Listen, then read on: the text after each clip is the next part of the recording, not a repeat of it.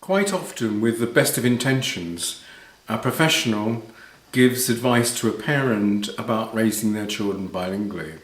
Examples of a profession might be a doctor or a judge.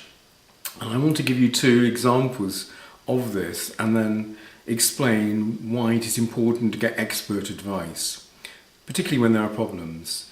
The first example comes from the United States, and it was a Texas judge who told a mother that raising her 5-year-old child in Spanish was abusive and relegated her to the position of a housemaid.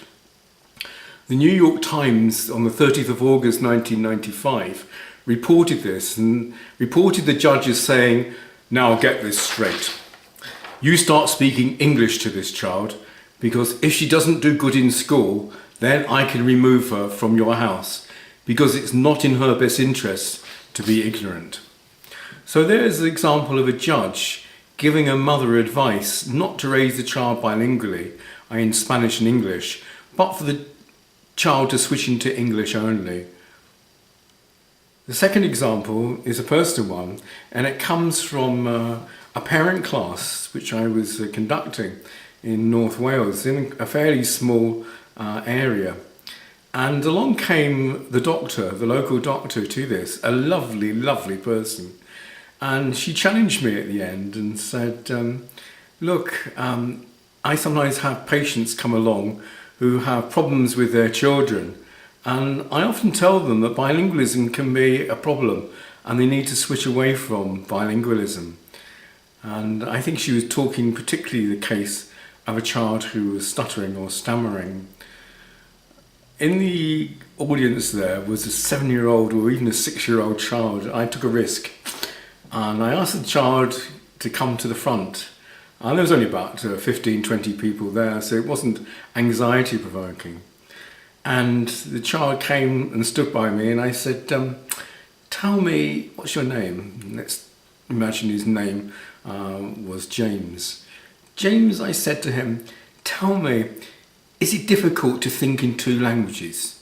Is it difficult to speak in two languages? And he's turned to me, he said, basically, don't be so silly. He says, I can talk in two languages all day. I just move from one language to the other very, very easily. It's just natural to me. And I looked at the doctor and said, and there's your answer. And now to give a proper answer is yes, there are times when professionals give advice to parents not to raise their child bilingually. But you know, if I was going to a doctor, I wouldn't ask for their advice about money. I would ask for advice about something they were expert in. So the first issue is, if you're asking a professional for advice about raising children bilingually, are they qualified? Are they really expert? Are they knowledgeable, including from research about bilingualism in childhood? Because if not, it's just amateurish, it's just from the top of the head almost. So it needs expertise and good speech therapists who've been trained in bilingualism, psychologists who have, again, been educated about bilingualism. Teachers as well can be quite expert if they have the right teacher training, and in such cases they can give good answers. But one of the reasons for writing this book was that so many people appear to be giving answers to real problems which don't come from research, which don't come from experience and expertise.